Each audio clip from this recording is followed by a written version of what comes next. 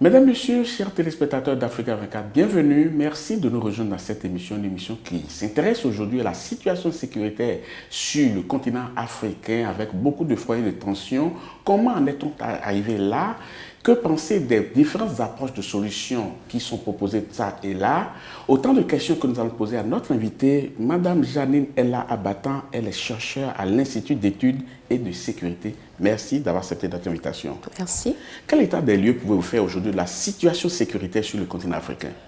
Merci. Donc actuellement, ce qu'on note dans le cadre de nos études, notamment sur la question de l'extrémisme violent, c'est qu'on note une détérioration de la situation sécuritaire, notamment en Afrique de l'Ouest, qui est le bureau de l'Institut de sécurité d'où je viens, qui couvre cette région.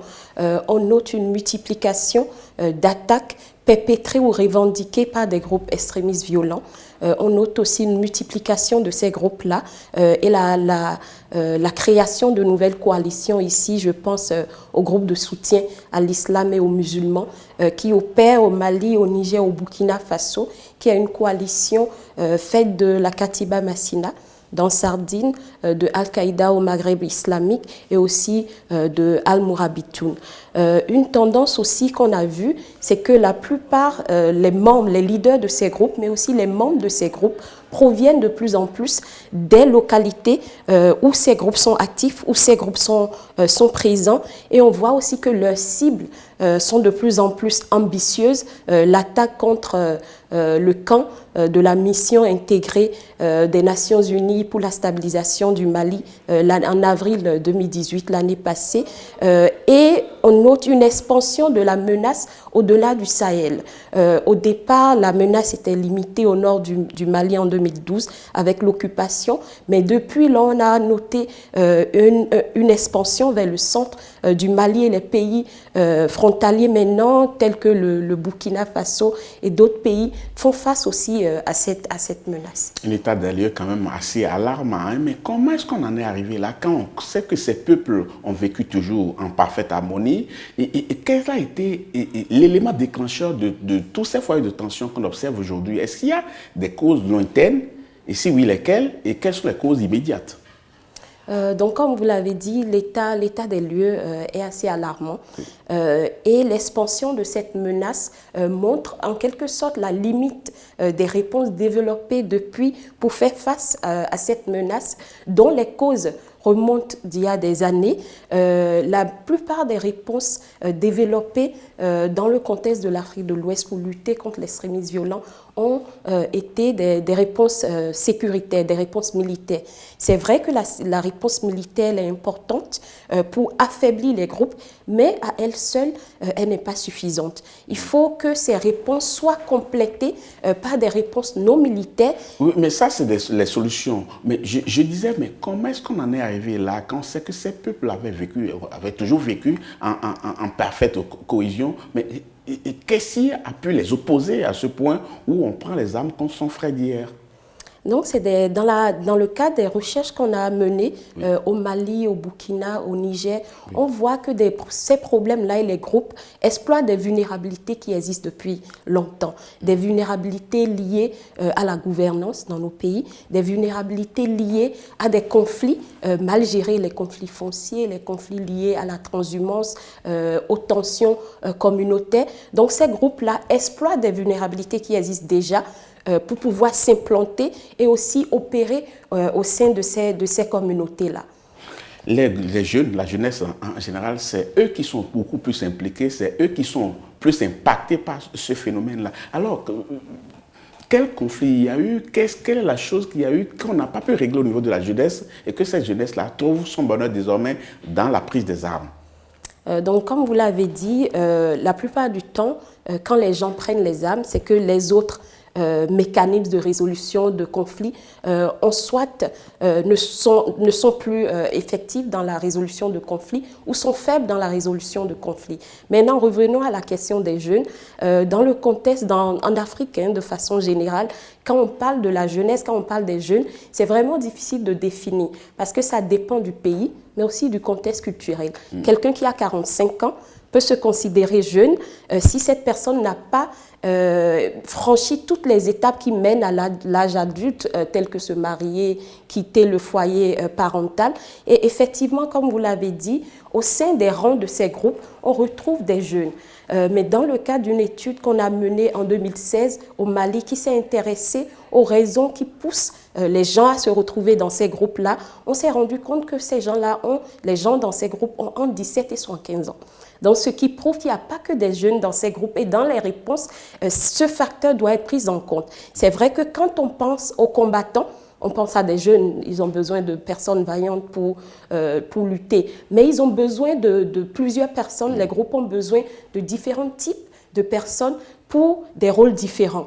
Ils ont besoin de jeunes pour être combattants, mais ils ont aussi besoin de personnes pour la formation, pour réparer les motos, pour le ravitaillement. Donc oui, les jeunes sont présents dans ces groupes, mais il y a aussi des moins jeunes. Et la question des mécanismes mis en place pour la résolution paisible des conflits, des tensions au sein des communautés. On a noté quand même un certain nombre de facteurs, des facteurs qui ont fait le lit à la situation qu'on est en train de décrire, des facteurs politiques, des facteurs économiques, des facteurs sociaux et même des facteurs individuels. Et on parle même des facteurs religieux. Alors on va survoler quelques facteurs, par exemple les facteurs politiques, des conflits post-électoraux. Est-ce que vous pensez qu'il y a des situations qu'on a mal gérées et qui ont abouti à radicaliser les gens en disant « puisque l'ordre établi ne peut pas nous donner raison, autant aller faire justice nous-mêmes ». Non, donc les facteurs, dans le cas de nos études, on s'est rendu compte que les facteurs sont multiples. C'est vrai, vous avez parlé du facteur politique. Les tensions politiques font le lit à des facteurs qui peuvent être exploités par les groupes extrémistes violents pour s'implanter. La plupart des l'idée reçue, c'est que c'est la religion qui pousse la plupart de ces jeunes-là à se retrouver dans ces groupes-là. Nos données montrent que la plupart des gens que nous avons pu interroger dans le cadre de nos études ne se sont pas retrouvés dans les groupes parce qu'ils ont été endoctrinés, parce qu'ils ont suivi un processus d'endoctrinement religieux. Il y a plusieurs facteurs, des facteurs qui évoluent selon la personne, selon le contexte, selon le pays aussi. Quel facteur, par exemple? Par exemple, l'un des facteurs, le facteur qui est le plus revenu dans nos données, c'est le facteur protection. Protection de soi-même, protection des membres de sa famille, protection de sa communauté, mais aussi protection de ses activités. Que cette activité soit licite, l'élevage, que cette activité soit illicite, le trafic de drogue. Donc souvent, on parle des chômeurs dans les groupes. Un éleveur n'est pas un chômeur. Un éleveur, il s'est retrouvé, les cas qu'on a eus, des éleveurs qui se sont retrouvés dans des groupes pour protéger leur bétail. Donc, au-delà du facteur chômage, qui est l'un des facteurs qui poussent les gens, il faut qu'on pense et qu'on comprenne la panoplie de facteurs qui poussent les gens à se retrouver dans ces groupes-là, que ce soit des facteurs politiques, de protection économique, des facteurs sociaux et d'autres. Aujourd'hui, est-ce qu'on peut dire que l'État central, dans certains cas, a démissionné? L'État n'a pas réussi à assurer son rôle régalien vis-à-vis de chaque citoyen et chaque citoyen se sentant abandonné, peut-être se donne à l'extrémisme. Est-ce qu'il y a des cas comme ça que vous avez constatés? Donc, dans la plupart des cas, ce qu'on a constaté, c'est que la présence, la forme actuelle de l'État est remise en cause. Ce n'est pas que les gens ne veulent pas de l'État, mais la forme actuelle que l'État prend dans la plupart de ces communautés, surtout des communautés qui sont loin des capitales, cette forme est rejetée par les populations, d'où la nécessité de repenser l'utilité de l'État. Il ne faudrait pas que l'État impose seulement son autorité, mais il faut aussi que l'État soit utile. Les actions menées par l'État dans ces communautés, dans nos pays, sont utiles aux yeux des populations. Mais vous posez là le problème de la décentralisation. Et pourtant, dans certains pays, il y a une décentralisation réussie. Le Mali était l'un des modèles de décentralisation réussie. Et pourtant, cela n'a pas empêché cela. Il faut une décentralisation effective. Oui. Il y a une différence entre la rhétorique, ce qui est sur le papier, et ce qui est fait sur le terrain. Une décentralisation réussite, il faut la gouvernance, il faut encourager et améliorer la gouvernance au milieu local. Et ceci passe par des actions, comme je l'ai dit tout à l'heure, utiles pour ces populations-là. Des actions menées par les agents de l'État à plusieurs niveaux, que ce soit au niveau national, au niveau local, qui sont des actions utiles pour les populations. Au Mali, vous avez parlé de la décentralisation au Mali, ça n'a pas empêché l'occupation du nord du Mali en 2012. Donc la nécessité de poser la question sur la présence de l'État. Les agents de l'État qui étaient présents dans ces zones, comment est-ce que ces agents-là sont perçus par ces populations-là? Est-ce que les populations voient ces agents comme menant des actions qui sont utiles à leurs yeux, ou ils voient la présence de ces acteurs-là, de ces agents de l'État, des gens qui imposent l'autorité de l'État et non l'utilité de l'État?